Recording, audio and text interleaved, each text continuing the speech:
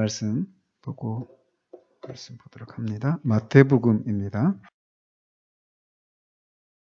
마태복음 23장 27절과 28절 두 절 보도록 합니다.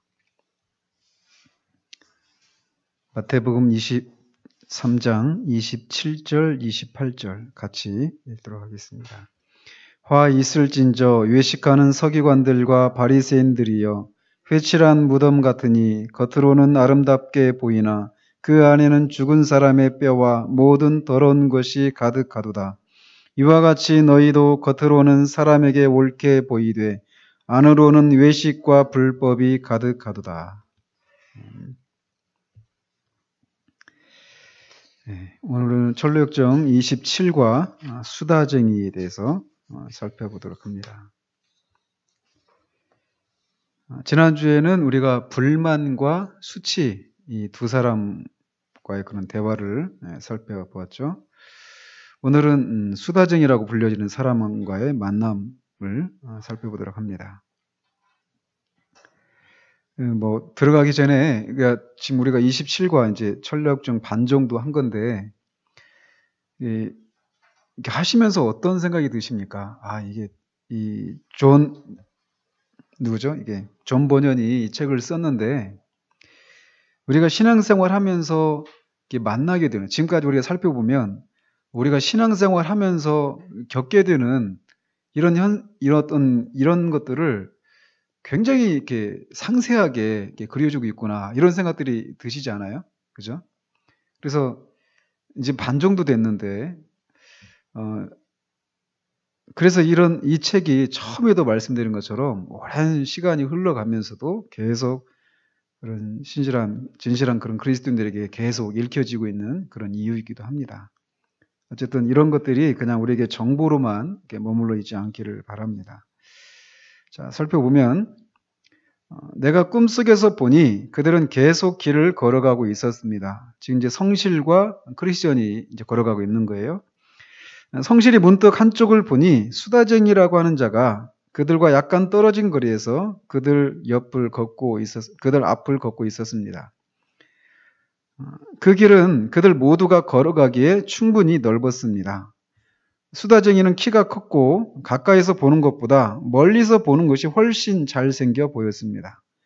성실이 수다쟁이에게 말을 걸었습니다. 일본에 보면 순례자가 가는 길에 수다쟁이가 들어왔습니다. 그런데 그곳은 그들 모두가 걸어가기에 충분했다고 합니다. 이게 무엇을 의미합니까? 이렇게 묻고 있어요.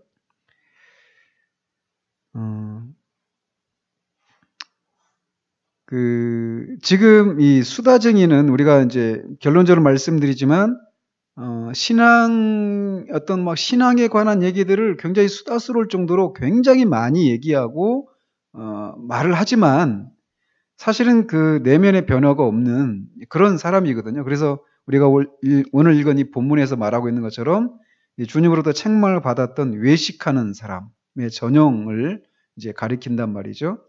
근데 그런 사람이 진정한 그리스도인과 함께 이렇게 걸어가고 있다. 그런데 그들이 함께 진정한 그리스도인과 그렇지 않은 사람, 외식하는 사람이 걸어가기에 충분하다. 그 길이, 순례길이. 이게 뭘 의미하느냐, 이런 질문이에요. 그러니까 결국은 이걸 통해서 말하는 것은 교회가 외적으로 막 이렇게 번성할 때 위선자들이 그 안에 쉽게 들어올 수 있다라고 하는 것을 말해주는 것이죠. 그래서 위선자들이 교회에 들어와서 자신이 진짜 신앙이 있는 것처럼 숨기고 진짜 그리스도인처럼 얼마든지 그렇게 행세를 할 수 있다라는 것이에요. 근데 이게 참 아이러니한 것은 교회 역사를 이렇게 보면은 교회가 영적으로 이렇게 죽어 있고 아주 침체되어 있었던 때 하나님의 주권적인 은혜로 교회가 다시금 소성되는 그런 부흥이 일어나잖아요. 그러면은 부흥이 일어날 때 이 사람들이 교회 안으로 막 몰려듭니다. 많은 사람들이 교회 안에 몰려들어요. 근데 그렇게 교회 안에 막 사람들이 몰려들 때 그때 이 위선자들도 그런 어떤 그 큰 흐름에 이렇게 휩쓸려서 같이 교회 안에 들어와 있다라는 거예요. 그래서 그 역사를 보면 부흥 후에 교회가 이런 사람들이 교회 안에 많아지면서 다시금 교회가 생명력을 잃어버리는 이런 일들이 계속 반복되어졌던 이런 것들을 우리가 본단 말이죠. 그런 것을 우리 한국교회의 상황을 한번 놓고 보십시오. 이게 한국교회 안에서도 그런 것이 지금도 반복되어서 나타나고 있습니다. 그래서 한국교회의 어떤 그런 진짜 시작이라고 할 수 있는 때가 1905년 원산부흥, 7년의 평양 대부흥, 이것으로 인해서 한반도 전체에 그런 어떤 그런 영적인 부흥이 임했을 때, 진짜 어떤 그런 갱신되고 진짜 그런 회심의 역사가 일어났을 때, 그 이후로 교회 안으로 많은 사람들이 들어왔거든요. 그런 과정 속에서 이제 이런 사람들도 교회 안에 많이 들어오고, 실제로 한국교회가 양적으로 엄청나게 팽창했던 때가 있었잖아요. 그 전후 60년대 이후 70년, 80년대, 90년대 초중반까지도 이 한국교회가 굉장히 이렇게 성장 일로에 있었거든요. 양적인 측면에서 말이에요. 그런 과정 속에서 교회 안에 정말 많은 사람들이 들어왔습니다. 근데 그 많은 사람들이 진짜 어떤 그런 믿음을 가진 사람들만 교회 안에 들어왔느냐? 그건 아니었단 말이에요. 교회 안에 들어와서 뭔가 사람들이 많이 모이니까 뭐 정보도 있을 수 있고, 그죠? 뭐 장사하는 사람들은 장사하는, 또 어떤 그런 일들이 굉장히 많았죠. 그 회사에 군대 그런 사단장이 예수 믿는 사람이다. 그럼 밑에 있는 부하들이 다 같이 교회에 온다든지, 회사에 어떤 높은 직위에 있는 사람들이 기독교인이다 그러면은 또 그렇게 온다든지, 이런 식으로 하면서 교회 안으로 사람들이 많이 들어왔다란 말이죠. 그러면서 오늘날 그런 과정 속에서 교회가 그렇게 들어오는 사람들을, 그들이 정말 그 신앙이 있는지 없는지를 점검하고 그들의 영적인 상황에 맞추어서 말씀을 전하고 그들을 가르치고, 때로는 그들의 그런 행위로 하나님의 이름을 모독하고 하는 이런 일들이 있었을 때 징계한다든지 이런 것들이 있었어야 되는데, 이런 것들이 없이 그저 막 교회가 커가는 것에 주목하면서 오늘날 한국교회가 겪고 있는 이런 위기들, 도덕적인, 윤리적인 이런 위기들을 지금 이제 와서 이제 골마 터져가고 있다라고 이렇게 생각이 되어집니다. 어쨌든 이 교회가 오히려 이렇게 영적으로 막 이렇게 성장해 갈 때 그렇게 위선자들도 같이 이렇게 들어오는 경우들이 있다라는 것입니다. 그래서 그 길이 진짜 그리스도인과 그리스도인인 것 같지만 사실은 아닌 이런 사람들이 같이 이 길을 걸어가는데 충분하다라는 것이죠. 그래서 이거를 이렇게 분별하는 것이 필요하다라는 거예요. 그러면서 이 묘사하기를 수다쟁이가 키가 컸다 그랬잖아요. 그래서 멀리서도 잘 보이겠죠. 그죠? 그리고 멀리서 보는 것이 가까이서 보는 것보다 멀리서 보는 것이 더 잘생겨 보였다. 이렇게 묘사하고 있잖아요. 100m 미인, 100m 미남 이렇게. 그러니까 이 얘기는 그 잎사귀가 무성한 무화과 나무처럼 멀리서 보면은 잎사귀가 많으니까 무성하니까 열매가 있겠거니 해서 딱 가보니까 사실은 열매가 없는 그런 무화과 나무와 같이, 겉으로 멀리서 봤을 때는 이 사람의 그 실체를 알아보기 전까지는 이 사람이 아주 훨씬 잘생겨 보였던,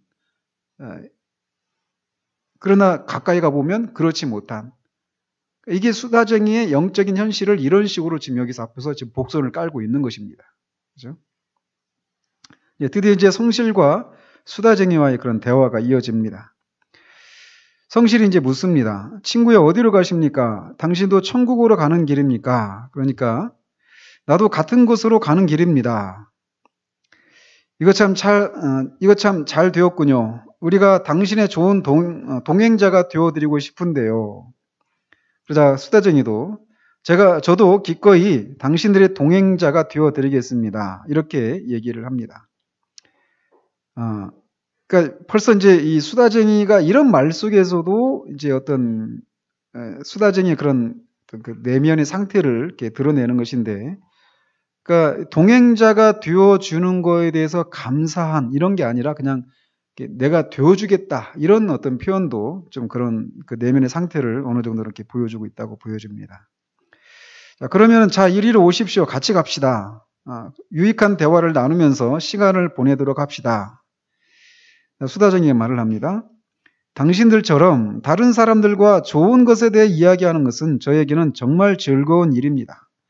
그처럼 선한 일에 관심이 있는 분을 만나서 기쁩니다. 여행 중에 그러한 일로 시간을 보내는 사람은 정말 별로 없습니다. 많은 사람이 유익하지 못한 것에 대한 이야기를 선택합니다. 이것이 저에게는 고민거리였습니다. 이번에 다른 사람을 낮추면서 간접적으로 자신을 높이고 있습니다. 이것은 교묘한 영적 교만입니다. 이처럼 자신을 드러내기에 애쓰는 자들의 입술의 열매는 무엇입니까? 결국 뭐 자기 자랑이죠. 그죠? 이런 것을 통해서. 그러니까 그런 면에서 우리도 이런 어떤 유의를 할 필요가 있어요. 이런 면에서. 대부분 어떤 그런 영적인 것들에 대해서 관심을 가지고 있지 않은데, 자신은 이제 그런 얘기를 나누는 것을 이렇게 늘 즐거워한다. 이런 거죠. 이런 것을 통해서 이 자신을 자랑하기 위해서 다른 사람을 깎아내리고 반사적으로 자기가 이렇게 높아지려고 하는 이런 시도를 하고 있는 것입니다. 그러니까 그런 사람의 입술의 열매는 자기 자랑이다. 이렇게 대답을 할 수 있겠죠. 참으로 슬퍼할 일입니다. 하늘에 계신 하나님에 대한 이야기로 입술과 혀를 사용하는 것만큼 가치 있는 것이 세상에 또 있겠습니까? 당신이 그렇게 확신에 찬 말을 하니 참으로 마음에 듭니다. 내가 한마디 추가한다면 가장 즐겁고 유익한 것은 하나님에 대해 이야기하는 것이 아닙니까? 만약에 사람이 놀라운 일들로 기뻐한다면 이처럼 즐거운 일이 또 있겠습니까? 선번에 듣기보다는 자기를 나타내기 위해 말을 많이 하는 수다쟁이에게서 나타나는 증거는 무엇입니까?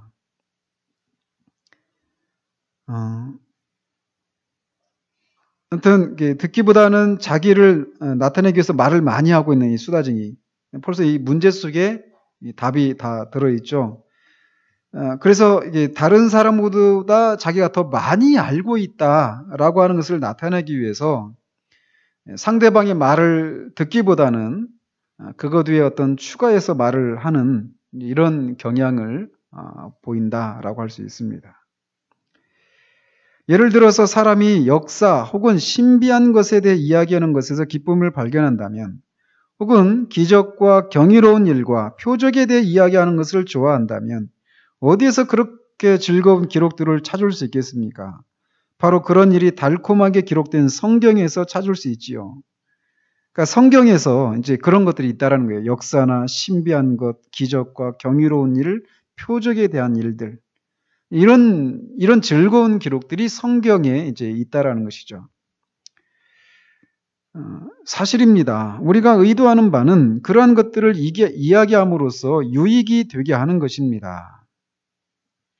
그러자 수다쟁이 또 대답을 합니다. 그것이 바로 제가 말씀드린 것입니다. 그러한 것들을 이야기하는 것은 가장 유익한 일이죠. 그렇게 함으로써 사람들은 세상의 것들이 헛되다는 것과 하늘의 것이 유익하다는 지식을 얻게 됩니다. 따라서 일반적으로, 그러나 더 특별히 이렇게 함으로써 사람들은 거듭남의 필요성, 우리 행위의 불충분성, 그리스도의 의의 필요성을 배우게 됩니다. 자, 지금 수다쟁이가 하는 말들 중에서 틀린 것들이 있으면 한번 찾아보십시오.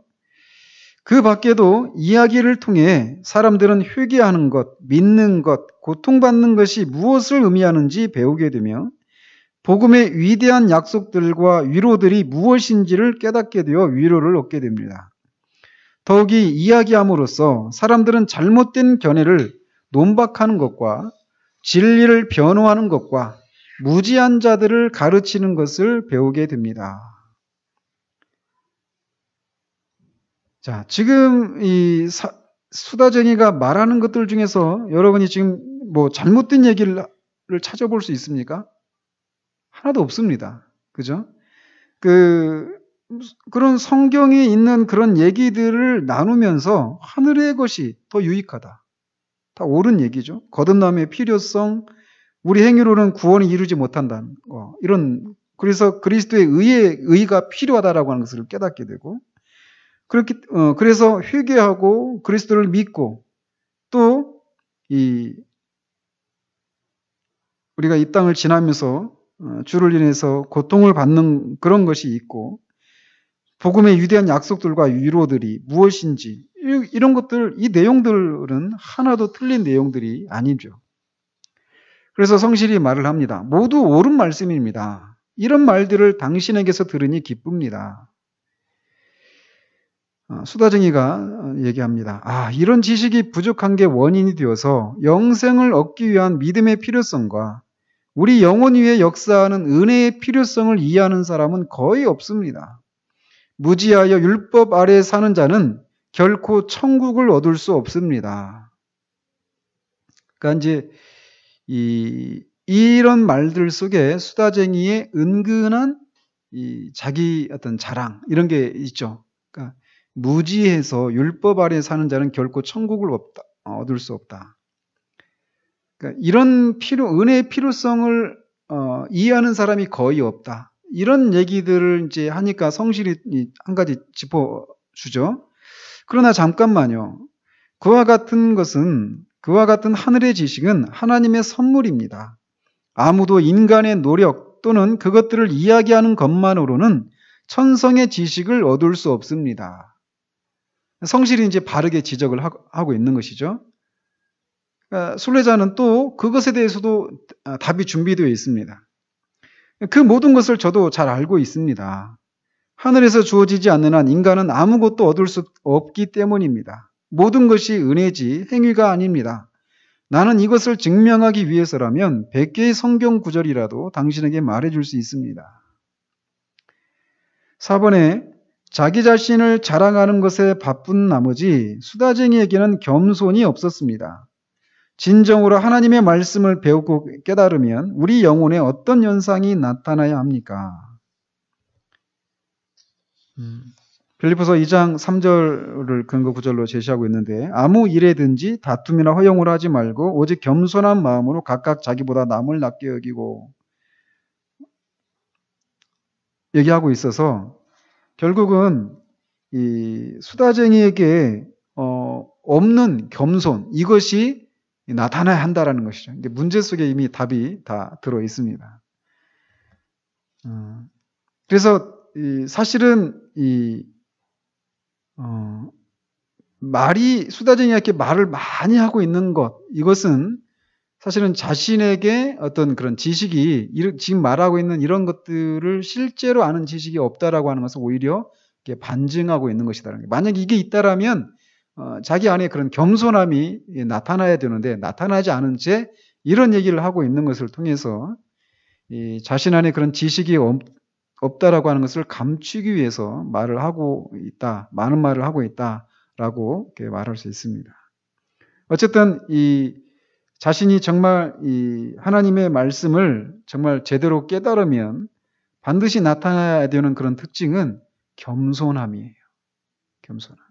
알고 있는 것들이 자기가 체험한 것들이 맛본 것들이 진짜인데 그 진짜인 것을 맛보면 맛볼수록 더 내가 모르는 것들이 더 많구나라고 하는 이런 것들을 이렇게 깨닫게 되고 또 자기가 깨달은 것마저도 하나님의 은혜로 깨닫게 되었구나라고 하는 것을 이렇게 알게 되면서 겸손한 모습이 자연스럽게 나타나게 되어 있다라고 할 수 있습니다. 자, 그렇다면 이 시점에서 한 가지 주제를 정해놓고 그것에 대해서 대화를 나누면 어떻겠습니까? 당신이 원하는 대로 하십시오. 나는 하늘의 것들 혹은 세상의 것들, 도덕적인 것들 혹은 복음적인 것들, 거룩한 것들 혹은 불경스러운 것들, 과거의 것들 혹은 장래의 것들, 외국의 것들이나 국내의 것들, 보다 본질적인 것들이나 부수적인 것들, 그리고 우리에게 유익을 주는 모든 것에 대해서 이야기하고 싶습니다. 5번의 수다쟁이는 지식 때문에 어떤 특징을 갖고 있습니까? 이렇게 물어봅니다. 결국은 아까 없는 겸손이 없다고 그랬는데 반대로 이런 지식을 갖고 있는 어떤 주제를 가지고도 나는 다 얘기를 나눌 수 있다. 이런 얘기를 하는 것을 통해서 그가 어떤 교만한 상태 가운데 있는 것을 보게 됩니다. 그래서 이 지식은 교만하게 한다라고 사도가 얘기하잖아요. 이제 그런 어떤 전형을 보여주고 있는 것이죠. 그래서 이 누구에게도 어떤 사람하고도 이런 얘기들을 이렇게 다 나눌 수 있고 그런 얘기를 나누면서 얼마든지 이렇게 대답할 수 있는 그런 준비가 내 안에 되어 있다. 이런 얘기를 통해서 다른 사람에게 지지 않으려고 하는 이런 어떤 헛된 허영심도 그 마음 가운데 자리하고 있는 것을 보게 됩니다. 그래서 이렇게 많이 우리가 정말 이렇게 지식은 사람을 교만하게 하는 이런 특징이 있어요. 그래서 특별히 어떤 어떤 개혁주의 막 이런 어떤 제가 사실은 그런 면에서 좀 이렇게 마음에 어떤 그런 아픔도 있어요. 왜냐하면 막 어떤 그 신학적인 그런 토론을 어떤 사이트나 이런 데서 뭐 개혁주의를 타이틀을 걸어놓고 하는 그런 사이트들이 더러 있거든요. 우리 교회도 이제 그런 데서 제가 자료를 많이 이렇게 스크랩 해왔는데, 근데 그런 데 이렇게 들어가 보면은 그 신학적인 토론을 하다가 보면 나중에는 다 어떻게 끝나냐면 서로 막 인신 공격하고 그렇게 하면서 나중에 토론이 아니라 감정 싸움이 되어버리는 이런 것이 되어져요. 그래서 결국 이런 것을 통해서 어떤 마음이 드러나게 되느냐면 어떤 그 하나님의 말씀을 변론하고 더 성경적인 입장에 서려고 하는 이런 측면에서 그 진리를 변론하고 하는 이런 자세가 아니라 내가 가지고 있는 이런 생각들이 옳고 이것을 그런 지식을 내가 변론하기에 얼마나 많은 그런 어떤 배경 지식을 갖고 있는가 이런 것들을 이렇게 나타나면서 자신의 그런 것들이 이렇게 더 이렇게 자신을 드러내려고 하는 그런 것 때문에 결국은 신학적인 토론이 나중에는 인신 공격을 하고 맞춰버리는 그래서 그래가지고 그런 카페가 막 깨지고 이런 것들을 이렇게 많이 보거든요. 그런 그 당사자들은 그걸 모를 수도 있죠. 그런데 곁에서 이렇게 보면 그것 때문에 그런 모습을 보면서 마음에 이렇게 상함을 갖게 되는 경우들이 있습니다. 그래서 이런 면에서 우리가 주의를 할 필요가 있어요. 그래서 이렇게 다른 사람들보다 더 많은 그런 어떤 신앙 지식을 갖고 있는 것이 자칫 우리에게 교만함으로 작용하지 않도록 우리가 주의를 할 필요가 있습니다. 성실은 그 즉시 놀라기 시작했습니다. 그리고 크리스천에게 다가가서 조용히 속삭였습니다. 이런 대화를 나누고 있을 때 크리스천은 이렇게 그들 앞에서 혼자 말없이 걷고 있었기 때문에 다가가서 이렇게 속삭였습니다. 참으로 용감한 동행자를 얻었습니다. 틀림없이 이 사람은 매우 뛰어난 순례자가 될 것입니다.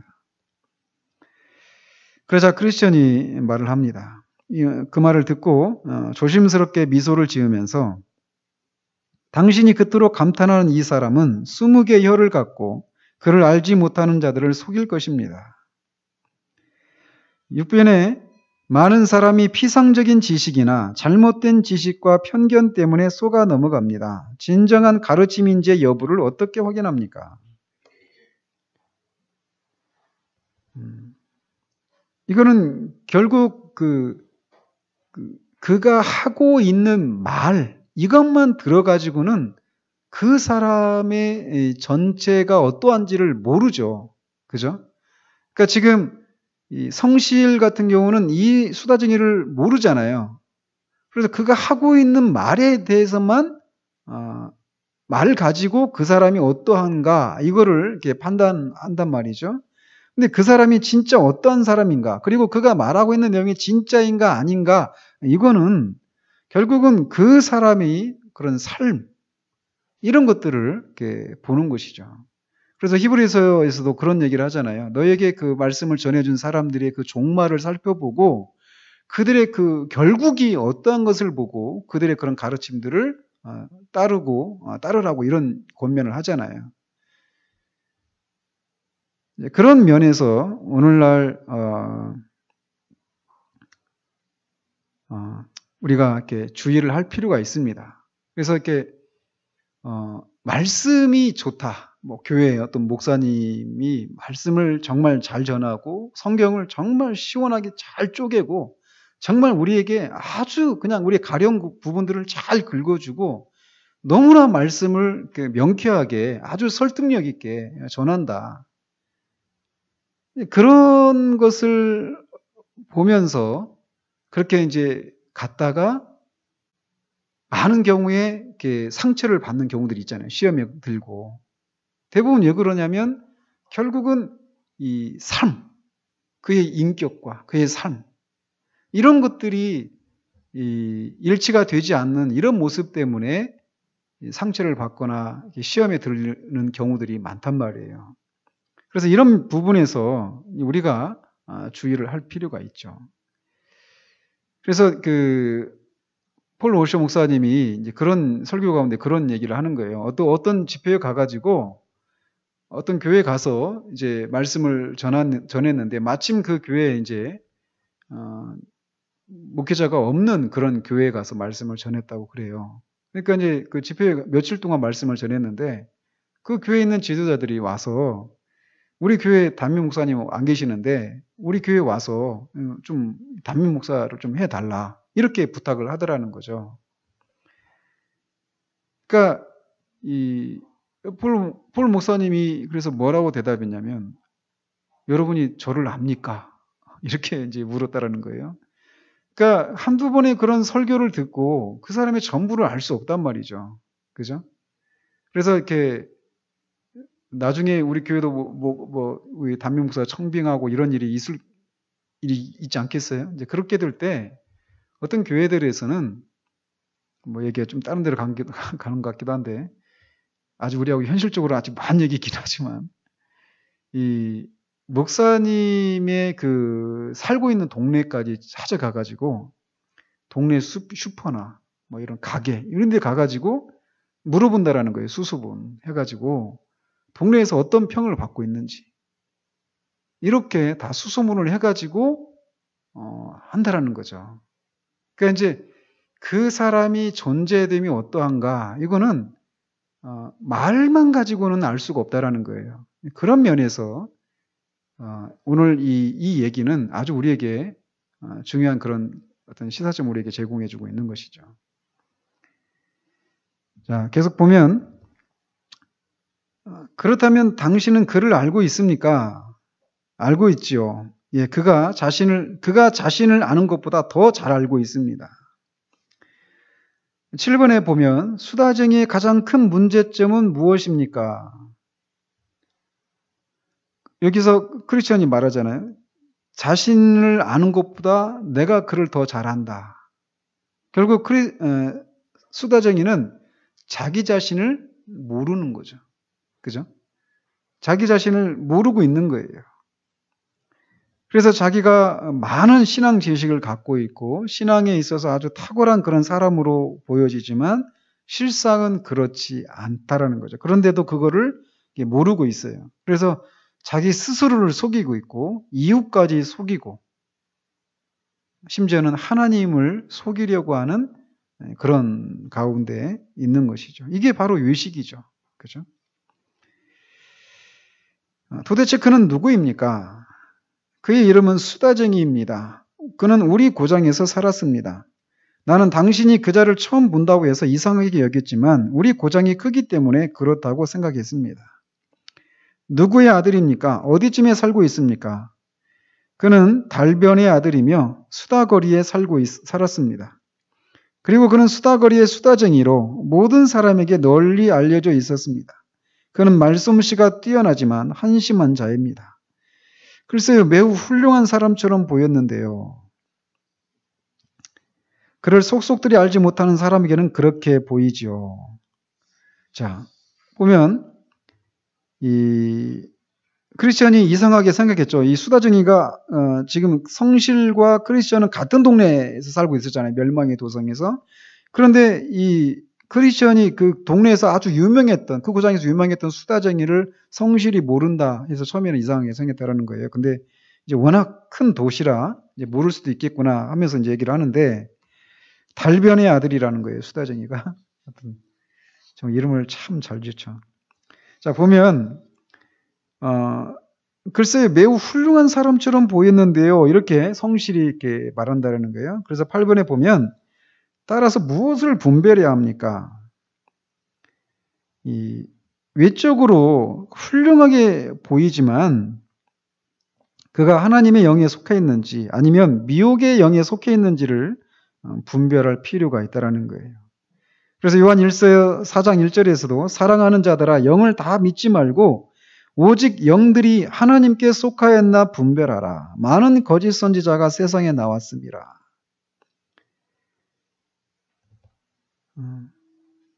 그래서 이건 뭐 조금 더 나가는 것이지만 이제 이를테면 그 이단에 빠져 있는 사람들, 오늘날 이제 한국교회 안에 뭐 신천지 이런 게 아주 지금 큰 문제거든요. 지금 우리 교회는 아직 현실적인 문제가 아닌데 정말 심각하게 지금 이런 일들이 진행되고 있어요, 한국교회 안에. 그래서 그들이 처음에 와가지고 아주 열심을 낸단 말이에요, 모든 일에. 그러니까 사람들이 그렇게 신앙에 그런 열심을 내고 또 이 수다쟁이처럼 입만 열면 신앙에 대한 얘기들을 하고, 그러니까 뭐 다 그냥 그 사람이 신앙이 좋은 사람이다 이렇게 생각하지 않겠어요? 그죠? 저번에 저희 집에 내려갔을 때 저희 막내가 그 교회에 권사님이 계셨는데 아주 믿음이 좋은 권사님이었다라는 거예요. 근데 그분이 신천지에 빠져서 그 교회를 결국 어지럽게 하다가 결국 이제 나갔다라는 거예요. 그 일을 겪으면서 막 이제 혼란에 빠진 거죠. 정말 믿음이 좋은 사람이라고 생각했는데 그런 분이 이단에 빠져 있다. 근데 그걸 못 봤다. 그럼 도대체 이제 믿음이 좋은 게 뭐냐? 이런 또 혼란을 겪게 되었던 거죠. 그래서 이게 그저 어떤 외적으로 보이는 모습을 보면서 그 사람의 신앙의 전부를 판단하려고 해서는 안 된다는 거예요. 그래서 우리가 의심의 눈초리로 봐야 된다, 이런 걸 말씀드리는 것이 아니라 영을 분별할 필요가 있다는 것입니다. 그 사람의 그 실체가 어떠한지 이런 것들을 분별할 그런 필요가 있다는 거예요. 근데 뒤에도 이제 나오지만 이 분별하는 것을 판단하는 것과 착각을 하면서 판단하지 말라고 하는 말씀 때문에 분별하지도 않는 이런 일을 우리가 해서는 안 된다라고 하는 것을 이 수다쟁이의 경험을 통해서 우리가 교훈받게 되는 것입니다. 계속 보면 그는 외지에서는 최고의 사람이지만 자신의 집 근처에서는 추악한 자입니다. 당신이 그 자를 훌륭한 사람이라고 말씀하시니 어떤 화가가 그린 그림이 연상됩니다. 화가의 그림은 멀리서는 멋있게 보이지만 아주 가까이에서는 아무런 만족을 주지 못합니다. 결국 수다쟁이는 어떤 사람입니까? 수다쟁이는 전형적인 위선자, 외식하는 사람을 말해줍니다. 그래서 그 서기관들과 바리새인들, 예수님 당시에 이 사람들이 외식하는 사람으로 주님으로부터 그렇게 그런 경고를 이렇게 받죠. 회칠한 무덤 같다. 무덤인데 회를 칠해서 하얗게 회를 칠해서 깨끗하게 보이지만 그 안에는 죽은 사람의 뼈와 모든 더러운 것이 가득 차 있는 무덤 같다라는 것이죠. 근데 어쨌든 이 수다쟁이는 전형적인 그런 위선자, 외식자입니다. 그래서 그를 잘 알지 못하는 사람들에게는 그가 아주 신앙이 뛰어난 그런 사람으로 이렇게 보여지죠. 아주 기도도 정말 아주 유창하게 잘하고 모든 일에 어떤 신앙적인 그런 열심을 나타낼 수도 있고 또 신앙적인 그런 지식을 가지고 있어서 다른 사람을 가르치기도 하고 권면하는 그런 위치에 있을 수도 있습니다.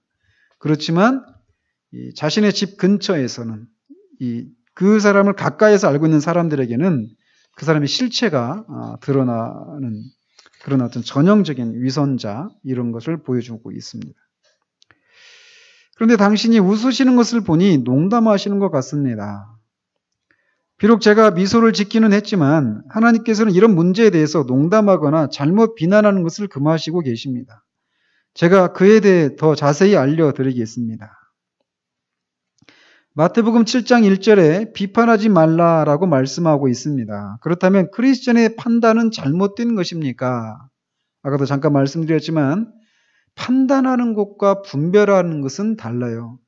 그때 그 마태복음 7장 우리 산상수훈 하면서도 말씀드렸잖아요. 여기서 비판하지 말라 이 얘기는 분별하지 말라 이런 얘기가 아니라고 말씀을 드렸어요. 이거는 어떤 사람이 잘못되었을 때 그것을 보면서 저 봐, 내가 옛날부터 이렇게 말했잖아. 저 사람 정말 가짜라고 했잖아. 그러더니 저렇게 결국은 그 실체를 드러내고 말잖아. 그거 봐, 쌤통이다. 어떤 이런 마음. 이렇게 비판의 영에 사로잡혀 있는 이런 상태로 비판하지 말라. 이런 얘기였지. 그 사람의 영적인 실체를 알기 위해서 말씀에 근거해서 그런 것들을 성령이 주시는 그런 지혜를 가지고 그를 영적인 상태를 분별하는 것, 이것까지 금하고 있는 것은 아니다라고 말씀을 드렸습니다. 그래서 이게 지금 크리스천의 판단이 잘못된 것은 아니죠. 그러니까 잘못 비난하는 것을 금하고 계시지 분별하는 것을 금하고 있는 것은 아니다라는 것입니다. 산상수훈에서도 말씀드렸지만 오늘날 한국교회 안에서 정말 필요한 것이 이거예요. 그러니까 교회 안에 수다장이들이 참 많다. 이런 생각을 참 많이 하게 되었습니다. 그죠? 전형적인 그런 수다쟁이에 해당되는 사람들이 오늘 굉장히 많구나 이런 생각들을 이렇게 하게 됩니다. 그러면서 이제 크리스천이 그 사람에 대해서 더 자세히 말해주기 시작합니다. 이 사람은 지금 당신과 이야기를 나눈 것처럼 어떤 사람하고도 이야기를 나누며 어떤 말이라도 하는 자입니다. 술자리에 앉았을 때도 이야기하고 술을 많이 마시면 마실수록 그의 입에는 더 많은 말이 넘칩니다. 그의 마음이나 집, 대화에서 종교는 없습니다. 모든 것이 그의 혀에 있습니다. 그리고 그의 종교는 혀로 소음을 만들어내는 것입니다. 결국 말뿐이라는 거죠. 그죠? 그의 마음에 또는 그의 집에서는 이런 신앙적인 얘기를 전혀 나누지 않는다라는 거예요. 그러나 사람들과 만나기만 하면 말은 유창하게 온통 신앙에 관한 얘기들을 할 뿐이라는 것이죠. 그거는 소음을 만들어내는 그런 것에 불과하다라는 것이죠. 그래서 11번에 보시면 결국 수다쟁이 얘기는 무엇이 부족한 것입니까? 내면의 변화가 전혀 없는 거죠. 그래서 그의 심령이 성령의 역사로 말미암아 새롭게 태어나는 그런 거듭남의 그런 역사가 전혀 없는 것입니다. 그런 과정 가운데 자신의 그런 무가치함, 죄인됨, 하나님 앞에 소망 없음 이런 것을 인해서 마음이 깨뜨려지고 하나님의 은혜가 아니면 정말 안 됩니다라고 하는 영적인 어떤 그런 거지와 같은 심령이 가난한 상태가 무엇인지도 없고 무엇인지도 모르고 그러니까 결국 자신에 대해서 잘 알지 못하기 때문에 겸손하지 못하고 교만하고 오직 말만 신앙에 관한 말들만 하고 있을 뿐 어떤 진정한 변화가 없기 때문에 진정한 행함이 없는 그런 모습을 보이고 있을 뿐입니다. 정말 그렇습니까? 그렇다면 제가 그 사람에게 크게 속았습니다. 예, 속았습니다. 이제 속으신 것을 확인하실 수 있습니다. 그들은 말만 하고 행하지 아니하며 이런 말씀과 하나님의 나라는 말에 있지 아니하고 오직 능력이 있음이라 라고 하는 말씀을 기억하십시오.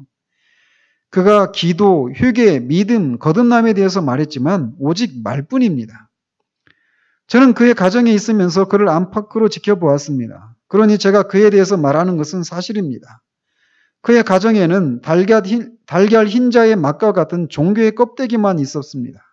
기도도 없었고 죄를 회개한 증거도 없었습니다.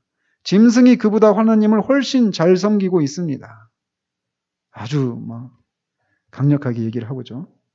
12번에 말만 하고 행하지 않는 자들은 결국 그 심령 속에 은혜가 없기 때문이며 은혜가 없는 것을 감추려고 더욱 말을 많이 하게 됩니다. 그래서 수다쟁이라고 부르는 것입니다. 수다쟁이에게 은혜가 없다는 것은 무엇으로 알 수 있습니까? 결국 어떤 그 행함이 없는 것이죠. 그죠? 행함을 통해서 그의 그 말이 진실한 것이다라고 하는 것을 드러내게 되어 있는 것이죠. 그래서 이 어떤 그 경건의 모양은 있지만 경건의 능력이 없는 어떤 이런 전형적인 그런 모습을 보여줍니다. 또 이어서 13번에 보면 그 심령 속에 경건의 원리나 능력의 체험이 없기 때문에 나타나는 현상은 무엇입니까? 그래서 결국 그냥 말이 많은 거죠. 그래서 어떤 자신의 그 실상을 감추려고 하는 이런 모습만 보이고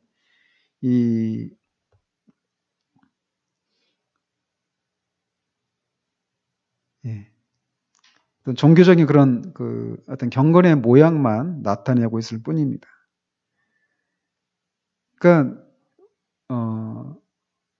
일단은 그 신앙에 관해서 이렇게 보면 저도 이제 어떤 말이 많은 사람들 있잖아요. 그죠? 신앙에 관해서 여러분들이 막 어떤 사람들을 생각하고 있을 거예요. 막 머릿속에.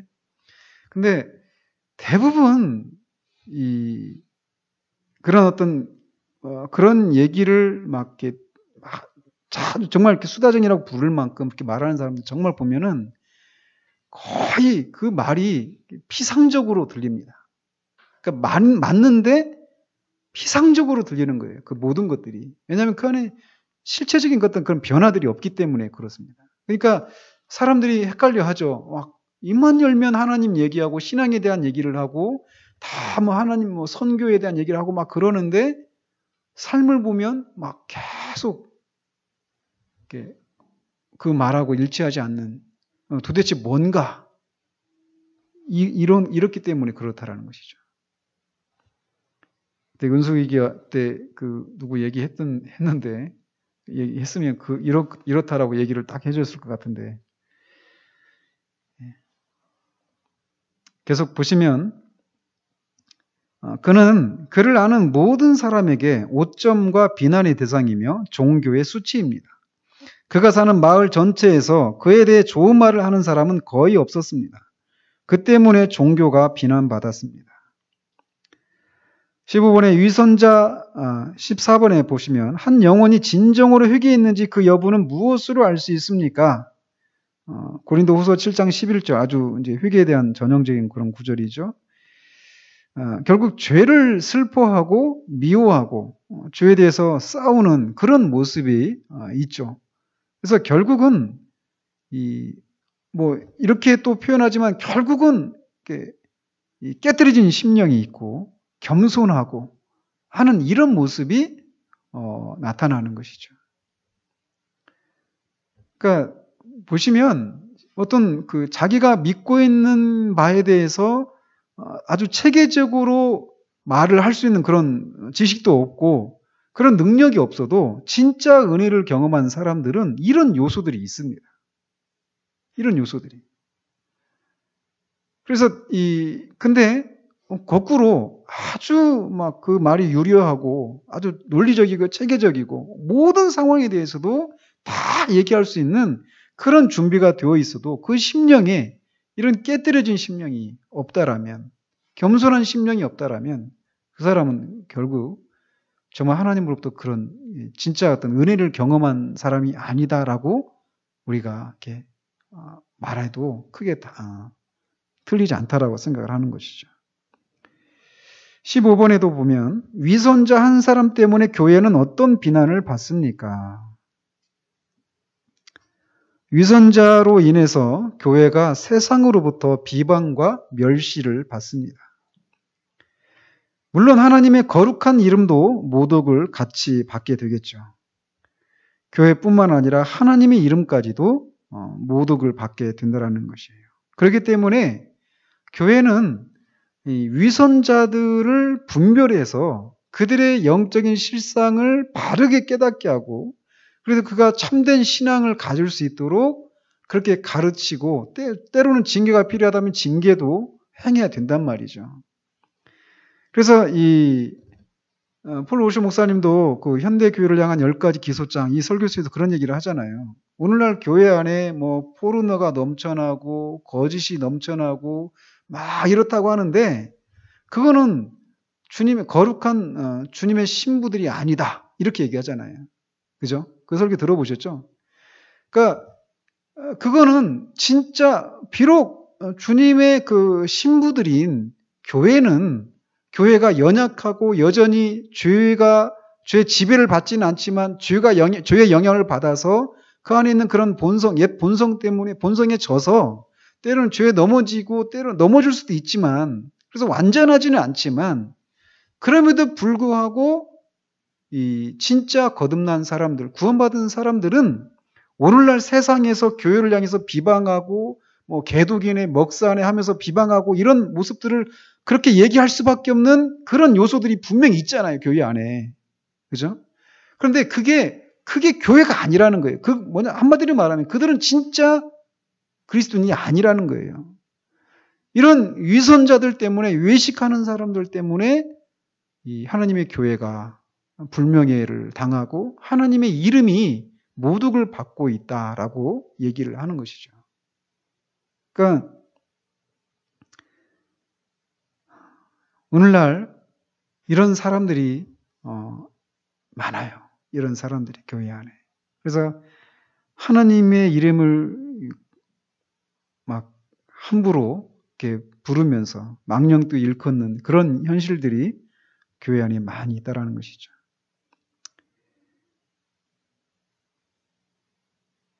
계속 보시면 그를 아는 모든 사람은 그가 밖에서는 성자지만 집에서는 악마라고 합니다. 그의 불쌍한 가족도 그가 구두쇠이며 욕쟁이라는 것과 하인들에게 부당한 대우를 하는 것을 알고 있습니다. 그러나 그들은 그에게 해야 할지 어떻게 말해야 할지를 모르고 있습니다. 그와 거래를 해본 사람들은 그와 거래하는 것보다 터키 사람과 거래하는 것이 더 낫다고 합니다. 터키 사람들과는 공정한 거래를 할 수 있기 때문입니다. 이 수다쟁이는 가능한 한 사람들을 속이고 기만하며 사기를 칩니다. 16번에 우리에게 은혜가 있는지는 어디에서 드러나게 됩니까? 결국 우리 신앙생활의 진정성은 가정에서 드러나는 것이다 라고 할 수 있습니다. 또는 홀로 있을 때. 그죠? 그래서 가정에서 경건 생활을 유지하고 있는지를 살펴보면 알 수 있다는 거예요. 특별히 그런 경건 생활을 한다라고 할 때 그냥 집에서 성경을 읽고 뭐 기도하고 그런 것을 하고 있다고 해서 그가 진짜냐? 뭐 그럴 수도 있습니다. 그러나 더 본질적으로는 여기서 보면은 뭐 욕을 한다든지 이런 거잖아요. 구두쇠, 아주 인색하고 욕쟁이이고 하인들을 부당하게 대우하는 이런 것들. 결국은 그 사람이 진짜 이렇게 그리스도인가 아닌가 이런 것을 그 사람의 언어 생활 이런 것을 통해서도 점검받을 수 있다는 것이죠. 제가 어렸을 때 그 욕을 엄청 잘했다는 거 아십니까? 요즘 애들 입만 열면 무슨 막 그 접도 부자가 욕을 하잖아요. 저도 그랬어요. 근데 언제부터인지 모르겠지만 그 욕 이런 게 없어졌어요. 지금 상상이 안 되시죠? 엄청 그 욕을 잘했었어요. 그러니까 제가 살고 있었던 그런 이렇게 환경도 그런 환경들이 있었고 그래서 그런 것도 있었고요. 근데 그 언어 생활에서 그런 변화가 일어나는 거예요. 그죠? 그래서 제 동생들이 제가 지금 여전히 막 툴툴거리고 이렇게 생각하거든요. 제가 뭐 부드럽게 막 이렇게 얘기하고 이러지는 못한다라고 생각을 하거든요. 지금 제 자신이. 그런데도 옛날에 제 모습을 아니까, 동생 가족들은. 제가 이상한 거예요. 말이 너무 이렇게 말하는 거나 이런 게 달라졌다고 생각하니까. 근데 진짜 변화가 일어나면 언어 생활에서도 그런 변화들이 일어나는 것이죠. 그리고 경제적인 그런 측면에서도 이 구두쇠, 막 아끼고, 그런데 이게 이 은혜를 경험하고 나면은 이걸 자꾸 베풀려고 하는 이런 마음이 생겨나죠. 이런 마음들이. 그러니까 웨슬리도 얘기하는 거예요. 나는 당신들의 지갑이 회개하기 전까지는 당신들의 그 회심이 진짜인지 나는 의심할 수밖에 없다라고. 지갑이 회개한다라는 거예요. 물질 사용에 있어서 그런 어떤 구제하고 돕고 섬기고 이런 것들에 있어서 후해지는 거예요. 그 마음에 변화들이 일어나는 것이죠. 그러니까 너희 보물이 있는 곳에, 너희 마음이 있는 곳에 너희 보물이 있다라고 주님 말씀하신 것처럼 이 물질과 관련해서 우리는 얼마나 이 마음이 거기에 많이 실려 있습니까? 그런데 그런 것을 막 아낌없이 나눠주고 한 이런 것이 있어요. 뿐만 아니죠. 지식도 마찬가지예요. 저는 막 그런 거 보면 정말 어떤 때는 화도 나요. 뭐냐면 이렇게 신학교에서도 이렇게 어떤 교수님들 보시면 그 교수님이 그 박사학위를 하고 막 그런 어떤 그런 정도의 그 지식을 쌓는데 얼마나 고생을 했겠어요. 그렇지 않겠어요? 그러니까 유학 가서 공부하는 게 쉽지가 않거든요. 그것도 막 7년, 10년 이렇게 그렇게 하면서 얻어낸 그런 타이틀이고 그런 지식이란 말이에요. 근데 저는 막 불만이 뭐냐면 마치 이렇게 내가 이런 것을 얻는데 깨닫는데 얼마나 많은 노력을 했는지 아느냐. 그러면서 이렇게 좀 나눠지는 걸 좀 고가화하는 것 같은 이런 느낌. 지금 표현을 제가 정확히 못하지만 어떤 말을 하는지 알겠죠. 그거를 깨닫게 하신 분이 하나님이시잖아요. 그러니까 우리는 어쨌든 이런 것을 다 아무튼 지식에 있어서도 그런 것을 다 아낌없이 다 베풀어 줘야 되죠. 아낌없이. 이런 것들이 이 진짜 은혜를 경험하게 됐을 때 물질에 있어서도 그렇고 지식에 있어서도 그렇고 어떻게 나눠주려고 하는 이런 것들이 생겨나게 된다는 거예요. 그리고 일꾼들에게도 이런 대하는 태도가 달라지는 것이 있게 되겠죠. 그러니까 사랑을 말하고 십자가를 말하고 복음을 말하고 그러는데 아랫사람 대하는 것을 완전히 막 종처럼 여긴다든지 이런 것이 있다라면 그건 아주 잘못된 것이죠. 안타까운 게 이를테면 외국인 노동자들이 많이 들어와 있잖아요. 한국에. 한 200만인가요? 아무튼 굉장히 많이 들어와 있잖아요. 우리 지역에도 그런 외국인 노동자들이 많잖아요.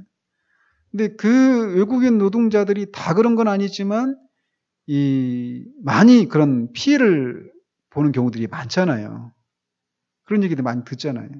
근데 그 사장이나 이런 사람들이 그리스도인들이 있단 말이에요.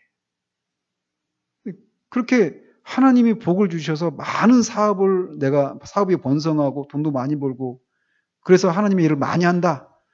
그런데 그 돈이 그렇게 사람들을 학대하고 어려움을 끼치면서 얻어낸 소득이라면 하나님이 기뻐하시지 않거든요.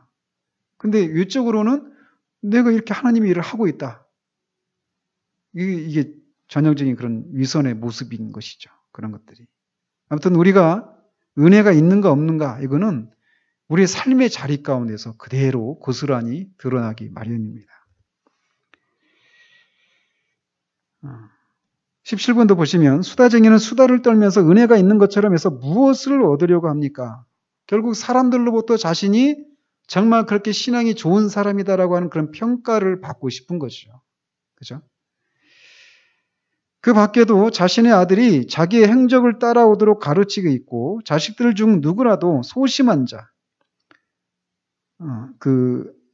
수다쟁이는 그 부드러운 양심을 가진 자를 소심한 자라 이렇게 부르는데 그런 자식을 발견하면 그들을 바보 멍청이라고 불렀습니다. 그리고 그들에게는 일을 주지 않았고 절대 다른 사람 앞에서 칭찬하지도 않았습니다.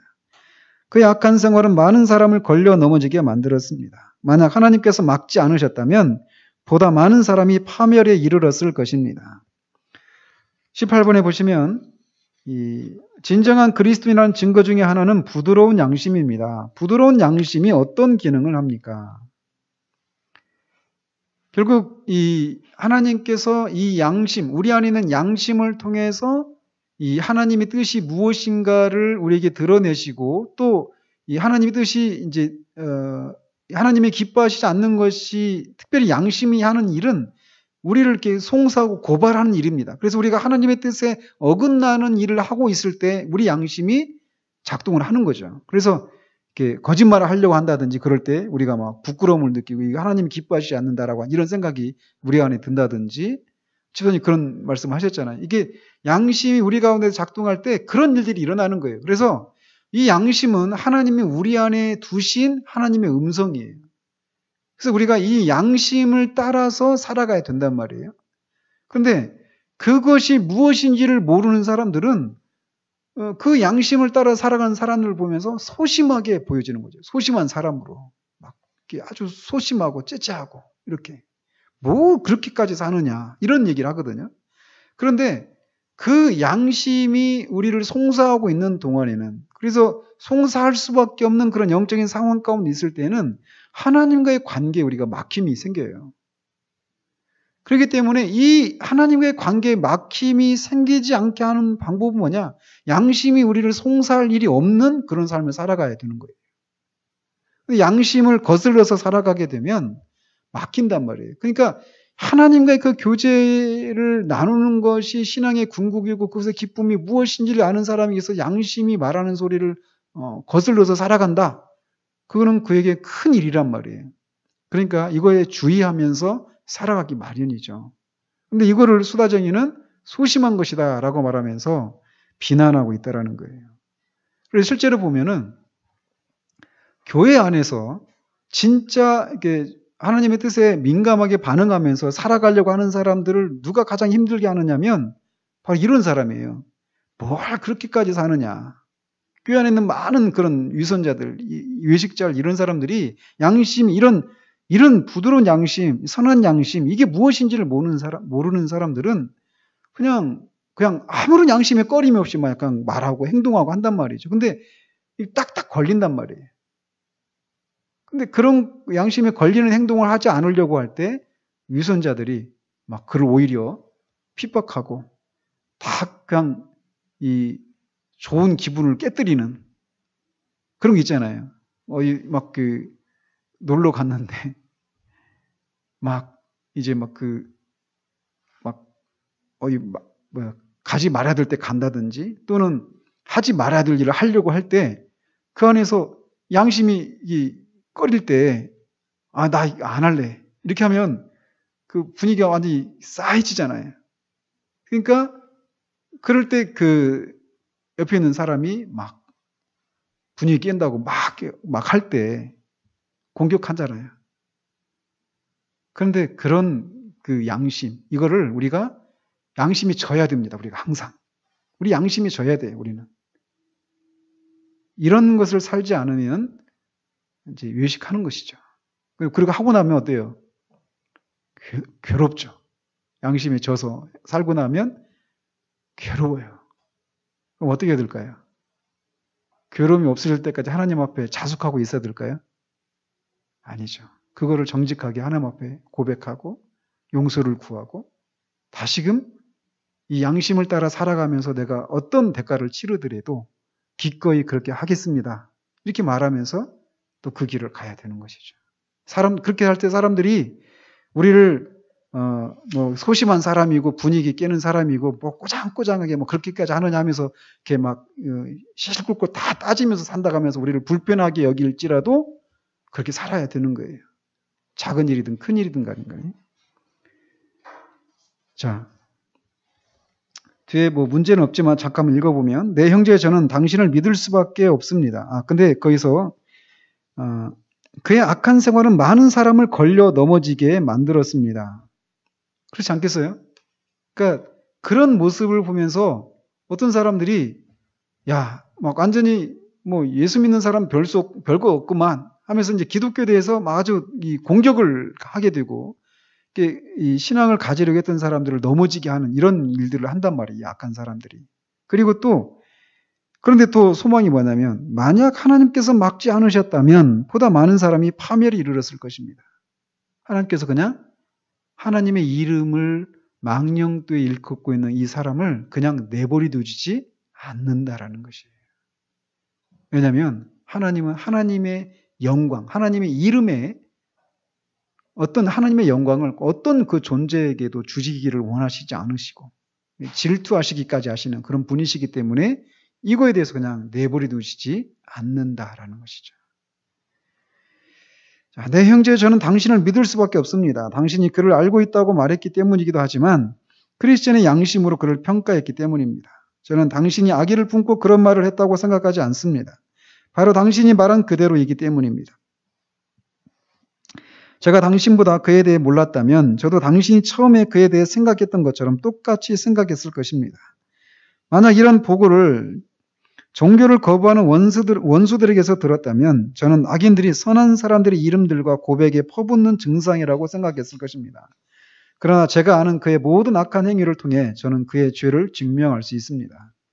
이 밖에도 선한 사람들은 그를 부끄럽게 여기고 있고 그들은 그를 형제나 친구라고 부르지도 않습니다. 그를 아는 사람들은 그의 이름을 부르는 것조차 창피한 일로 여깁니다. 예.